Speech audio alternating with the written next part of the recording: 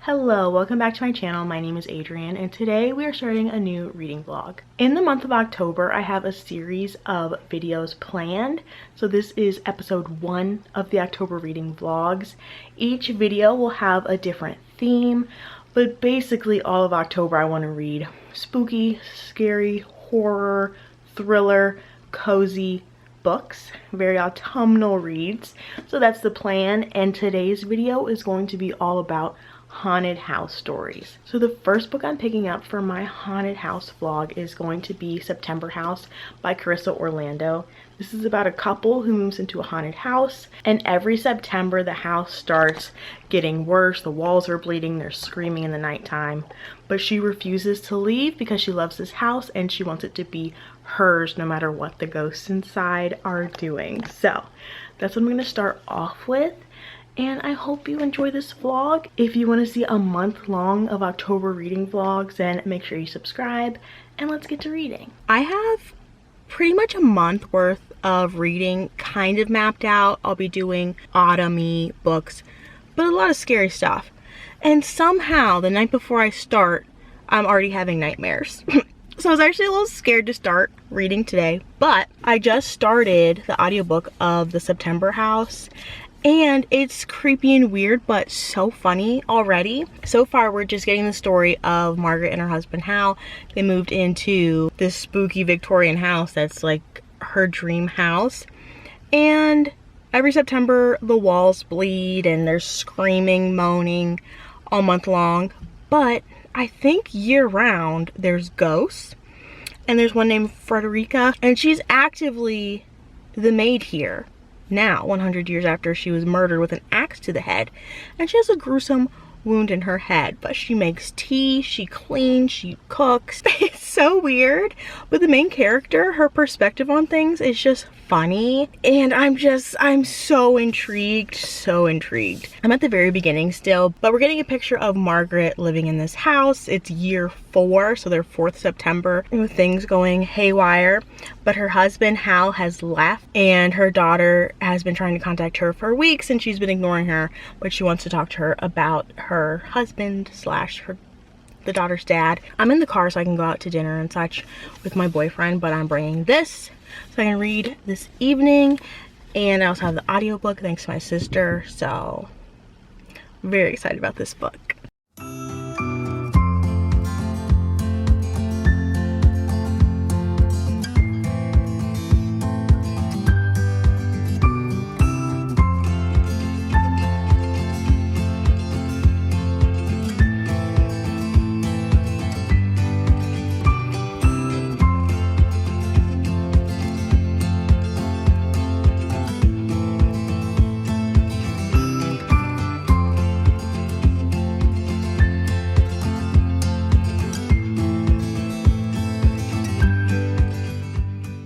I spent a lot of this morning just reading The September House and also watching Real Housewives of Atlanta, but being very productive with my reading still. So I'm about 3/4 of the way through and I'm enjoying it so much. I told my sister my first thoughts on it and I didn't realize, so she read this book already. She said it was one of her favorite books maybe that she's ever read, and she didn't want to tell me and set my expectations too high, but now I'm like even more excited about it because I love it. And from the first 50 pages I was already getting 5-star feelings, so hopefully we continue on that trajectory. But I'm having such a good time reading it. It's fun following Margaret, our main character. Her husband left, but she doesn't really seem concerned about what happened to him, so maybe she already knows, or maybe she just doesn't care, maybe she's just too consumed with the house. But her daughter is now in town. She's staying at the house so she can figure out what happened to her dad, and Margaret is just trying her hardest to keep all the haunty stuff hidden from her daughter. And she had a blessing done to the house by a local priest who he'll come out and bless the house, and it like keeps the hauntings, you know, it slows them down for a little bit just to give them some reprieve. But it's so funny because it's kind of serious, but it's just funny, like reading Margaret's perspective while the priest is blessing the house and she's like, oh, the holy water's gonna leave a stain on the hardwood, or I don't know, she just has a funny perspective But the book is funny because you can either relate to it or be so annoyed by it, or both. Seeing a woman stay in this haunted house no matter what, even though it's clear like any normal person would leave, or so it feels. And it's such an analogy or a reflection on how we all are willing to stay in situations where we shouldn't. I mean, it could literally be a house, or it could be a job or a relationship, and we just acclimate to things that maybe we shouldn't put up with, but they happen slowly. In this house, the haunting started slowly. She couldn't see the ghosts at first. There weren't screams, it was just moaning at first. Now it screams, but she's like gradually gotten used to everything, and she doesn't want to leave because she loves her house. And there's just so much of that feeling whenever you're watching somebody stay in a situation where they shouldn't. You're like, are you so dumb?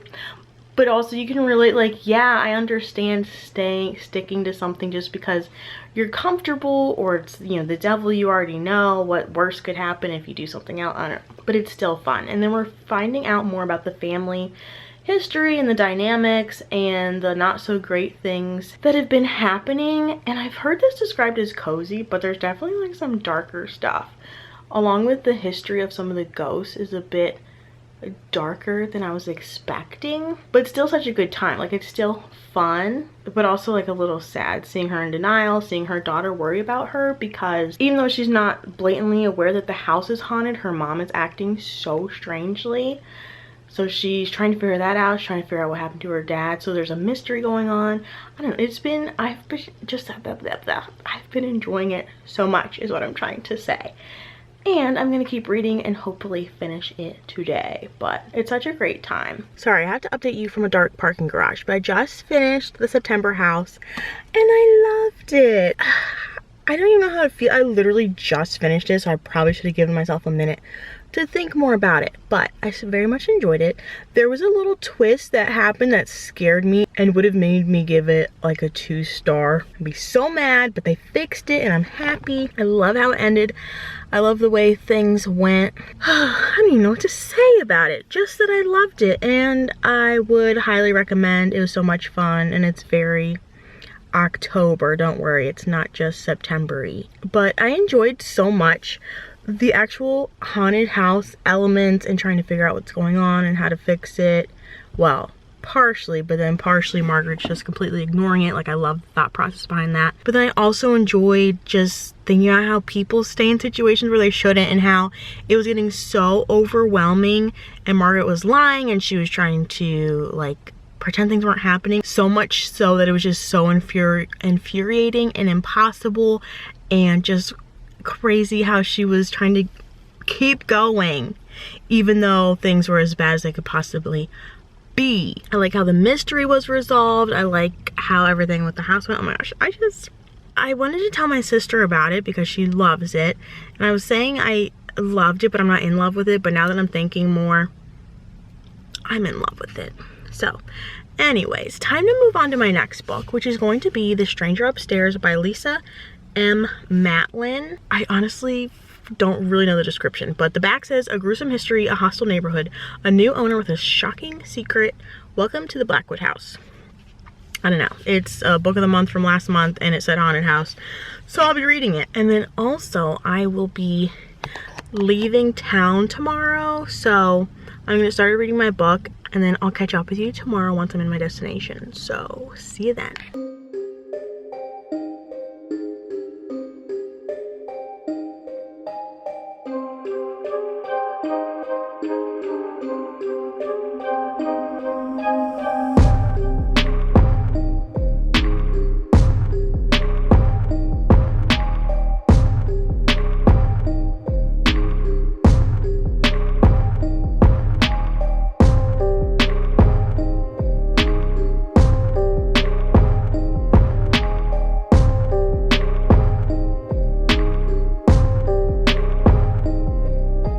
I've come to one of the most haunted cities in the United States, supposedly, Charleston, South Carolina.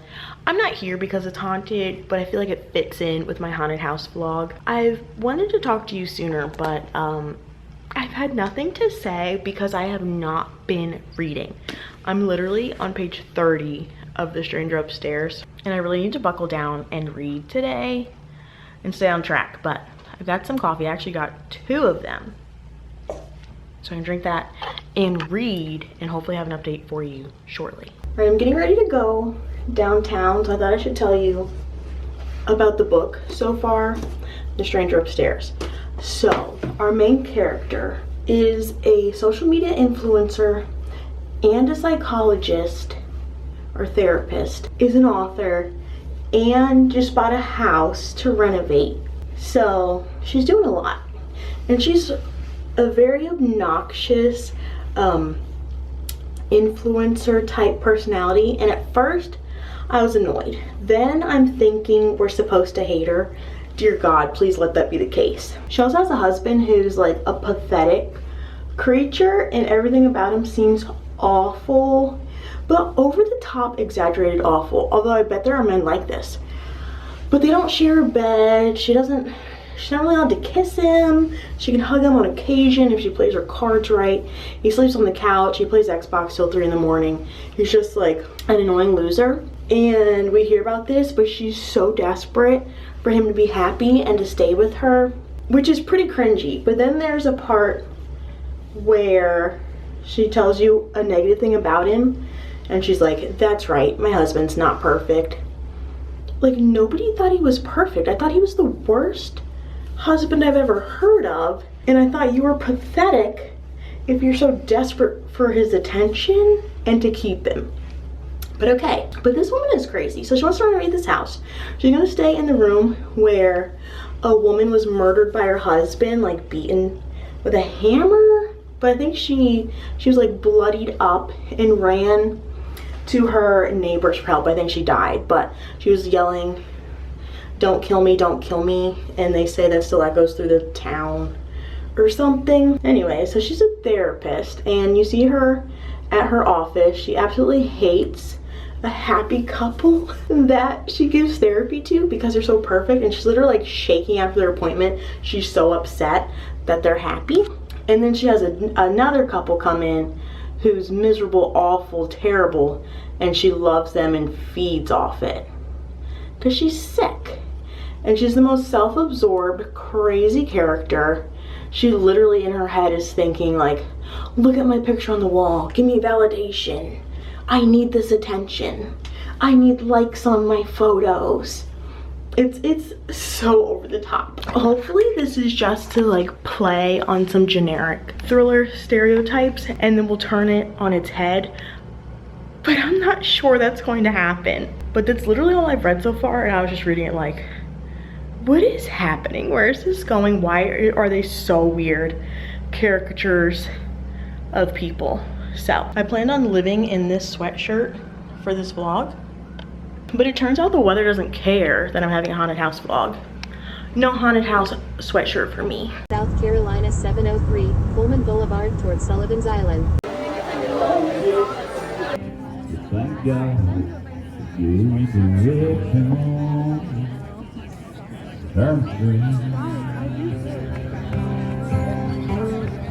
I finished The Stranger Upstairs.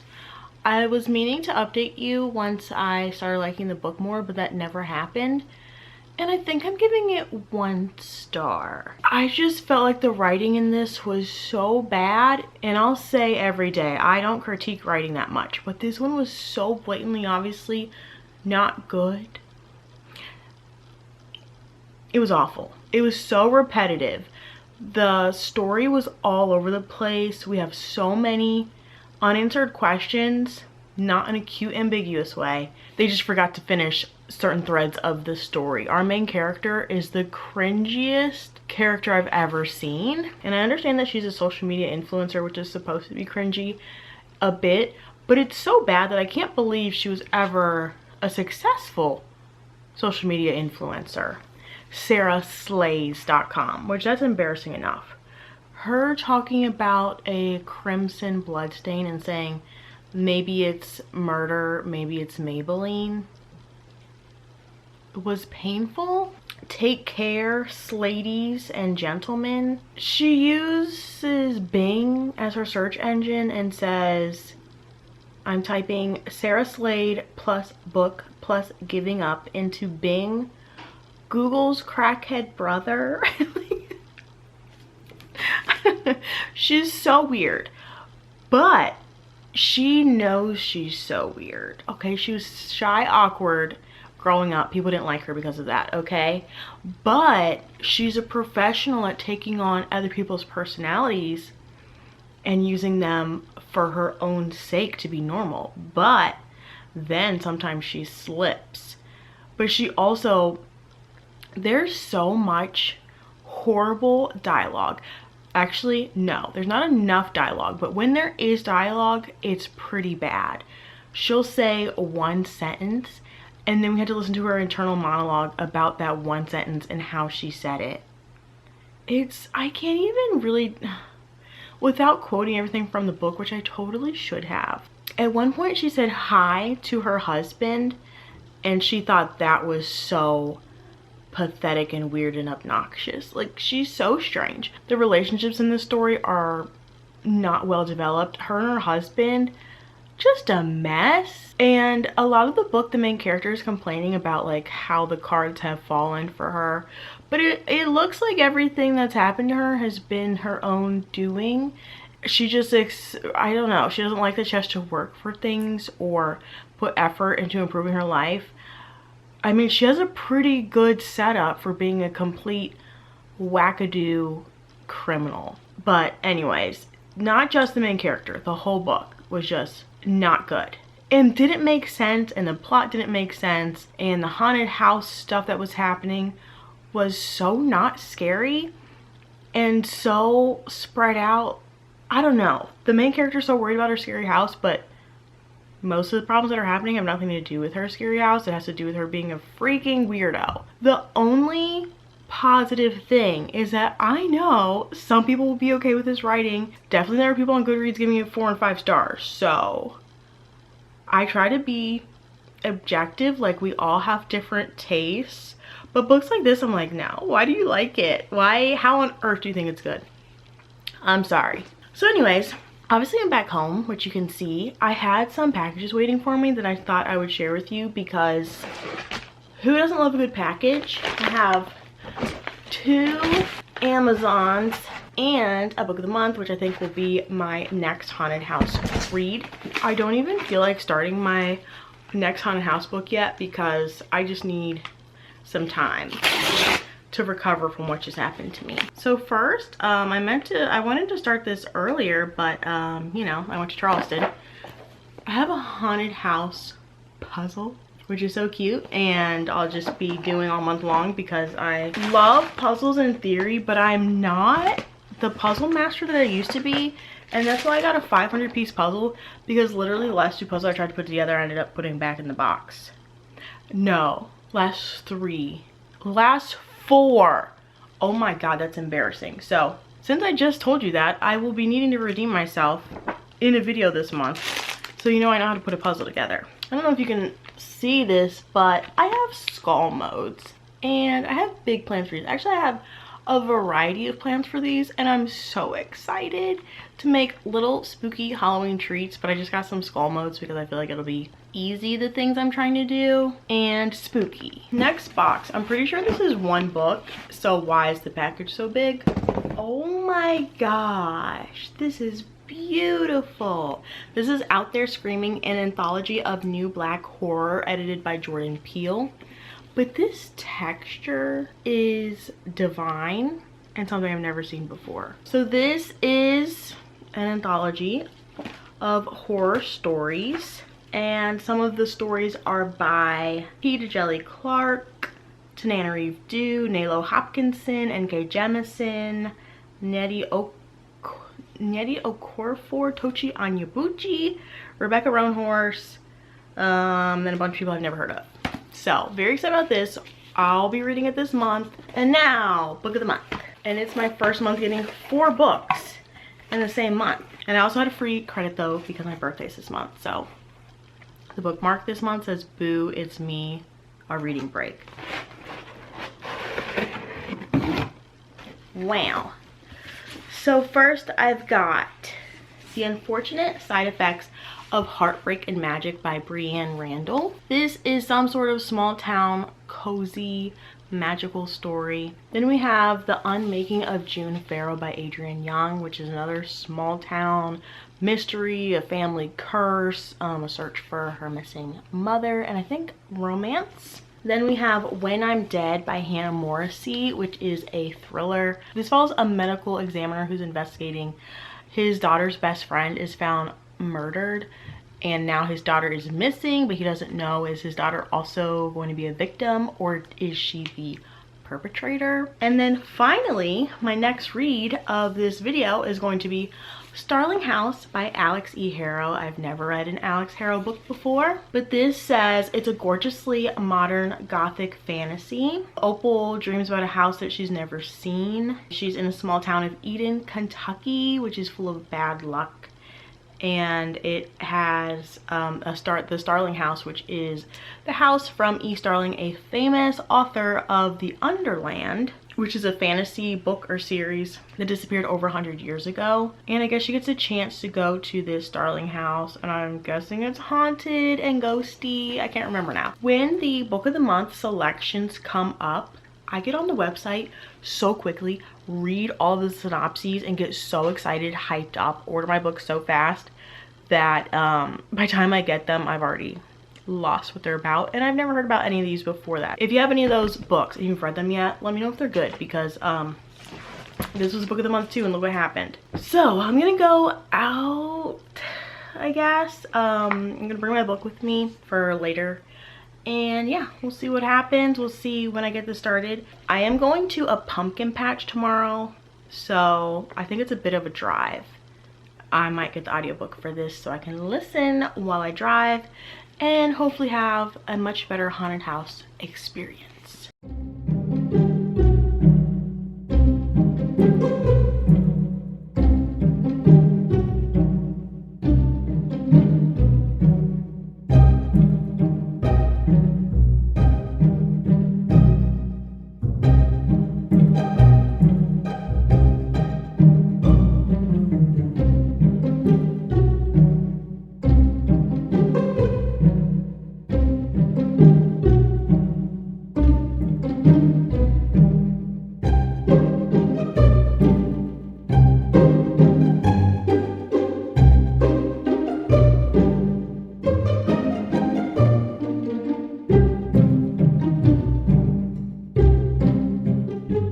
So last night I started Starling House. I read a bit before bed, and then today on my way to and from the pumpkin patch, which were kind of far away, I listened to the audiobook for it, which is on Scribd, thank goodness. And now I've been home for a bit trying not to take a nap. I'm over 50% through, and so far I'm enjoying it. Not in love with it quite yet. So this book starts off, we're following our main character Opal. She has a couple of encounters at the Starling House, which is this weird, creepy house that everyone has a ton of rumors and stories about what's been going on there for the last couple of centuries. Weird people going in and out, weird things happening, bad things that happened in town, like deaths and heart attacks and such. But our main character, Opal, she is homeless. She doesn't have her parents anymore. Her mom died in a car crash not too long ago. And she is responsible for her brother, who she's trying to get into a good school, but also trying to afford his asthma medication. He has really bad asthma.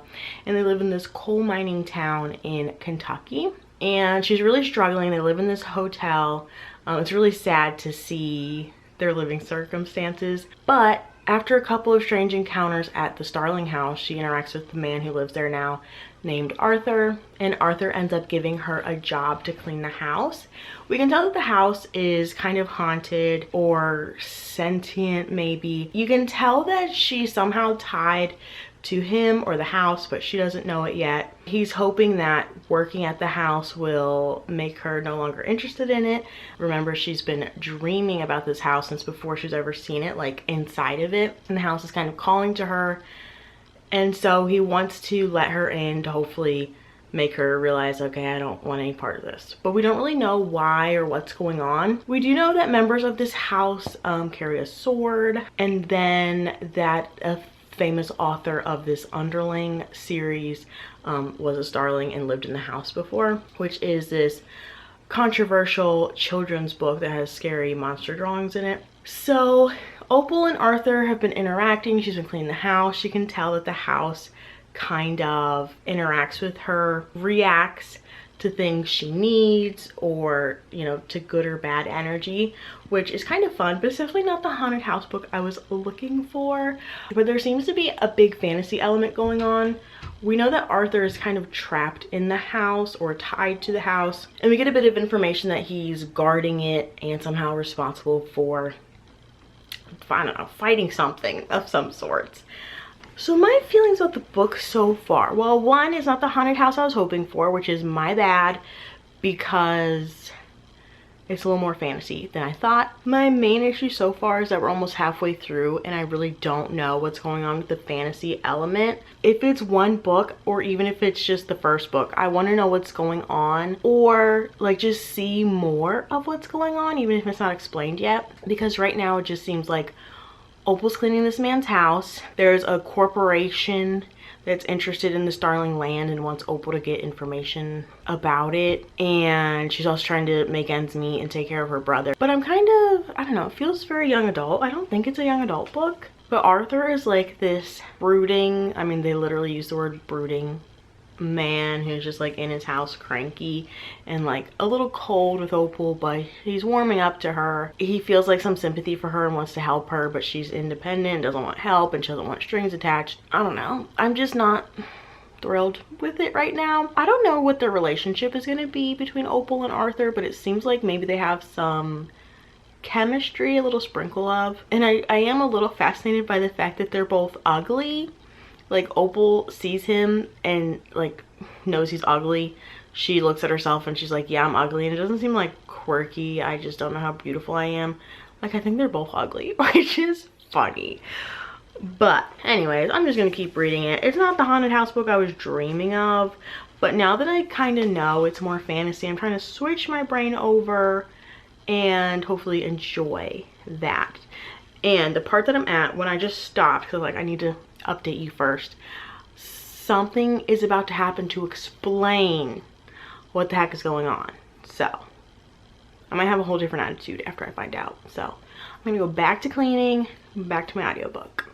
I don't often question my intelligence, but this puzzle was making me start to. If you haven't done a puzzle in the last decade, please do one, because it's harder than you remember. Also, the older we get, it's hard to see the pieces and the subtle differences. Oh my goodness, lighting has become so important. But anyways, while I look for my puzzle pieces, let's discuss the mistake that I made in picking up Starling House. I've just been getting so excited about synopses that I don't look into it enough, and especially with new releases where there aren't enough reviews yet, I picked another dud. So I'm not really enjoying Starling House. I am 85% of the way in, so I'm pretty sure I know I'm not gonna like it, but I don't like the romance. I don't even believe in the romance. There's some fantasy elements that I'm just like, if it's a fantasy, then why don't we know more about it? We know so little. The way it's written is weird. Like, we start off in the first chapter with footnotes. The footnotes are completely gone and seem like they were pointless to begin with. And yeah, I don't believe in the romance, and I don't know enough about the fantasy to really care. I'm clearly nearing the end. It's just like this little small town drama, but the small town sucks. It's a horrible little place, but also we barely see the small town, but it's just not the small town feel I was looking for, because they tell us about small town, but they don't really tell us anything about the places, the people. There's a few characters, most of them are bad. Ugh. I'm not loving it. So now I'm exclusively listening to the audiobook while I put my puzzle together. And that's the only way I'm gonna get through it. So let's see what happens. I finished Starling House. Another failure. This one I'm gonna give 2 stars because the writing wasn't terrible. I just didn't like the story or the characters. My main issues: the villains are absolute caricatures. Pretty much everyone in town is just bad people, which, you know, it's a small town in Kentucky, so everyone sucks. But our main character sucks and she's mean. So us seeing that the other people are mean to her, she's mean to them. She's mean to the whole town. She's been stealing stuff her whole life. She has no respect for anyone. And like, if you're running around being a rude, bratty kid and stealing, yeah, nobody likes you. So that was annoying. And then, but everyone, they were like comically mean or bad. It was silly. And then there were multiple points that kind of just fizzled away and we didn't get resolution on. But overall, I thought the story was kind of simple, not well fleshed out, and I did not like the relationship. They're both kind of mean people, but they're nice to each other, and that's just not my type of person. I want you to be nice to everybody, not just nice to me. So anyways, I won't harp on it for too long.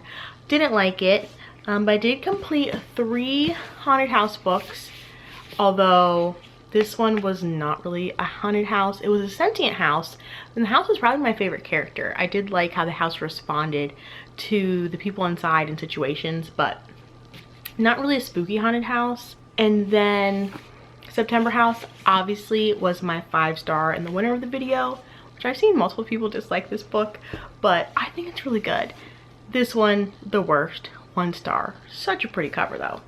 And then a 2-star. So that's all for my haunted house vlog. Next week is going to be Witch Week, so make sure you tune into that. And thank you guys so much for watching. I'll see you in the next video. Bye.